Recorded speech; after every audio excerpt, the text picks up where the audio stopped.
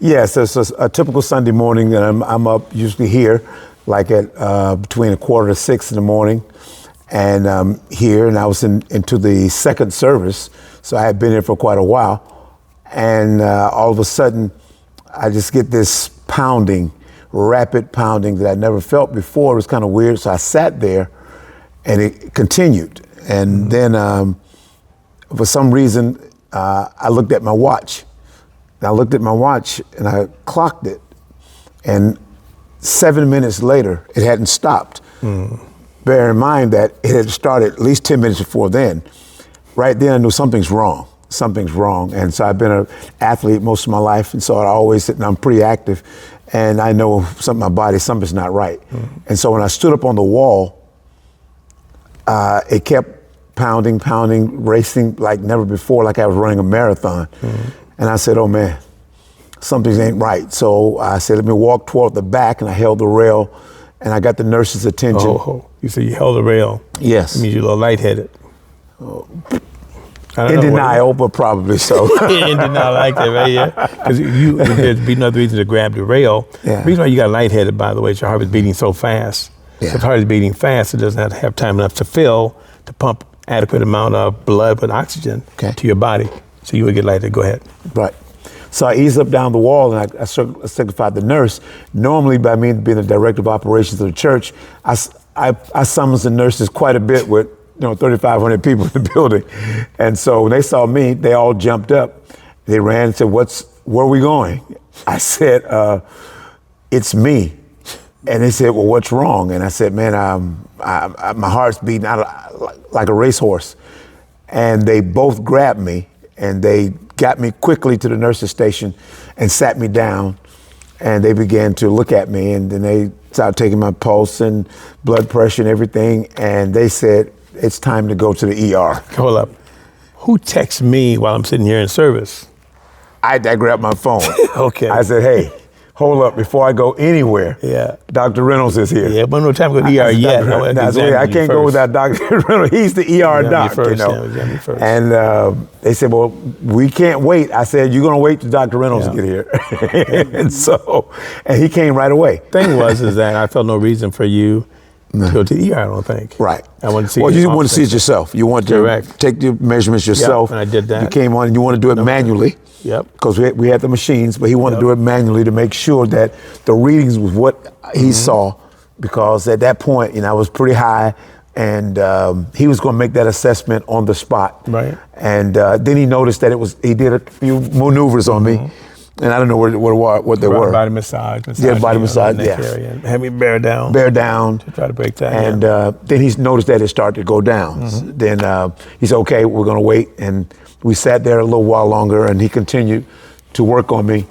And bottom line is, his assessment, I was able to go home. I didn't have to go to the ER then, but I was commanded to be in his office at 9 o'clock the next morning. Amen. That's correct. So my wife, took me to his office, and then the real battle began in his office.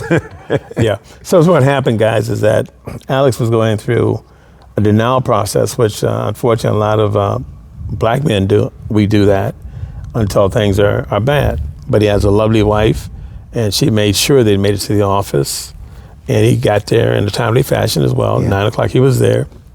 So he did an ECG, and some people call it electrocardiogram, EKG, but it's really ECG on him, and he did have atrial fib. Yeah. At the time, your ventricular response was only about maybe 100 and maybe 24, 26, something like that, but it's still up a little bit. So at that time, I made a decision to treat Alex because he was not being treated for that. This just came on. I guess it's probably been going on and off probably for some time, but you never really appreciated what was going on. So right away, I put Alex a prescription for him. He got it filled on Eliquis, which is a blood thinner. Yeah. And that's to keep him from forming a clot. Because as you guys don't know, you probably would want to know that one of the leading causes of strokes is atrial fib. I know Kareem Abdul-Jabbar, the guy who played basketball, and he does something about atrial fib at RVR. And you put him on blood thinners because the heart is beating irregular, they can very easily throw a clot Right. It means that the blood is not being pumped fluidly, so the blood tends to get a little thicker, and then it just shoots off a clot. And that clot can go to your brain, stroke, heart vessel, heart attack, or even into your digestive system, into your, we call it the SMA, the superior mesenteric artery, which causes ischemic bowel. Wow. In other words, dead gut, right? So once we got him started on that, he didn't like it at first, but he said, "You mean Doc, I'm going to have to be on this for life?" I said, "Well, yeah, it's been for a long time, Chief." Okay. Because atrial fib is some guys that comes and goes, but he has to be protected when it comes. That means he's on Eliquis. He's on maintenance dose now. And I also put him on amlodipine. No. Metoprolol. Metoprolol. A beta blocker. And that was, again, to deal with his rhythm part of it, right? So one is to deal with the clotting that could be a problem, and that's Eliquis. And the other one was put him on metoprolol, which is, of course, the beta blocker. Right. And he's been on that since he's been done, since I saw you, right? Right, correct. Still on it. Took it this morning. Okay, good. So he's surprised. He's been an amazing patient, because this is not the Alex that I thought I knew. Okay, I'm glad he's not. I wish that most patients was like Alex, and he does not miss a drop. So Alex, what can you say to the people that are out there listening to you talk now regarding CHP's interaction with the church community, with the community in general, with the webinars, with the seminars, right, as well as with, of course, the community health fairs, which we do a couple of them here a year. So. Correct. What CHP has been able to do effectively is combine faith and medicine, and you put them together, and it's a winning recipe. And we have a faith knowing that God can do all, but God also put medicine here for us, for our benefit, for us to use. And CHP has combined that together, and it's been a great marriage. The seminars, the webinars we have, we broadcast them out to our members. They sign up, they come, and then we have health fairs. We got one coming up this month. That's correct. On the 22nd of this month. And we have a health fair. CHP will be a part of it. In fact, everything that we do with health, CHP is a part of it. Mm-hmm. And with the community, we get the community involved, and people come from blood pressures to ECGs to just getting a general checkup and the educational part.